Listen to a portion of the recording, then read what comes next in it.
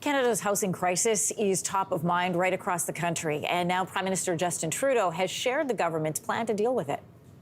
And we asked the hardworking people at City Hall and in the mayor's offices to step up to see what were those barriers that we could eliminate, how we could get shovels in the ground faster.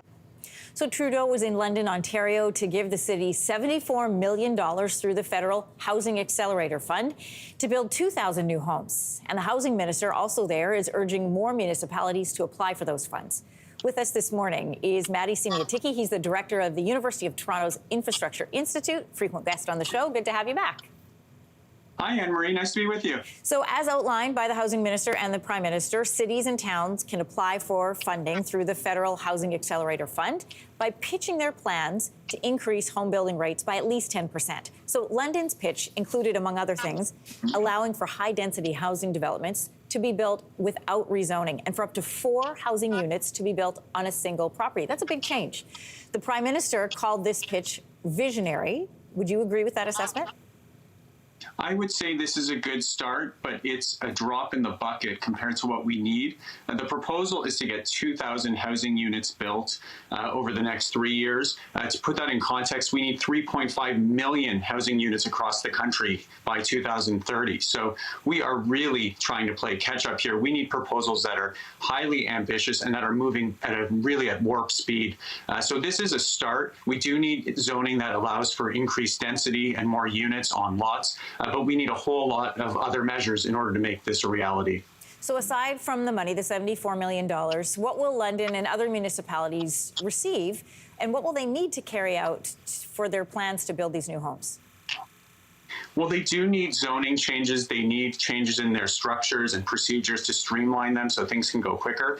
But we also need the private sector to play along too. And a lot of this has to do with market forces. The market has turned. It's becoming, sales are slumping. There's issues around rents. So there's real challenges right across the sector. And we need all the parties coming together if we're going to get these housing units built. The municipalities do play a role in their zoning procedures, but there's a whole lot more at stake here if we're going to get all these housing units done.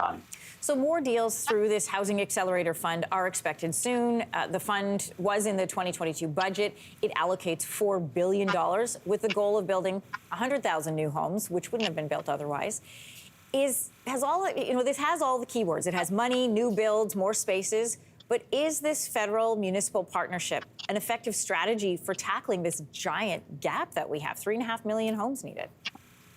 Absolutely. There is no universe in which we build all of these housing units without the role of the federal government.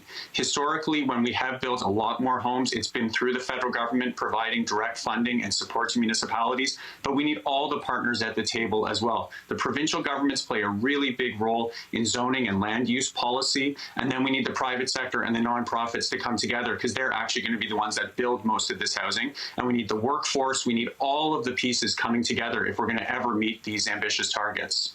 Housing Minister Sean Fraser was also at that announcement, and he said there are more deals and announcements coming and that the Housing Accelerator Fund partnerships are only one piece of the Liberals' plan to tackle housing affordability. What would you like to see those future plans include? I'd like to see them focusing on HST rebates for affordable housing, training and capacity building for nonprofits who are going to be building a lot of this housing and who might have land that they own that could be repurposed. And I'd like to see a focus on community. That really, we're talking a lot about housing today, but we need to be thinking about how we build community with all of the types of services that make for great places to live: the libraries, the rec centers, the schools, the public transit. It's when we link housing with infrastructure that you start to move in a direction that builds great places for people to live. That is exactly where my mind went with. If we're going to build four houses on one lot, you better have some more schools in the district as well. So, Maddie, always good to have you. Thanks so much. Thanks, Anne-Marie. Hey, thanks for watching. If you liked this, be sure to subscribe here, or you can check out more Your Morning videos right here.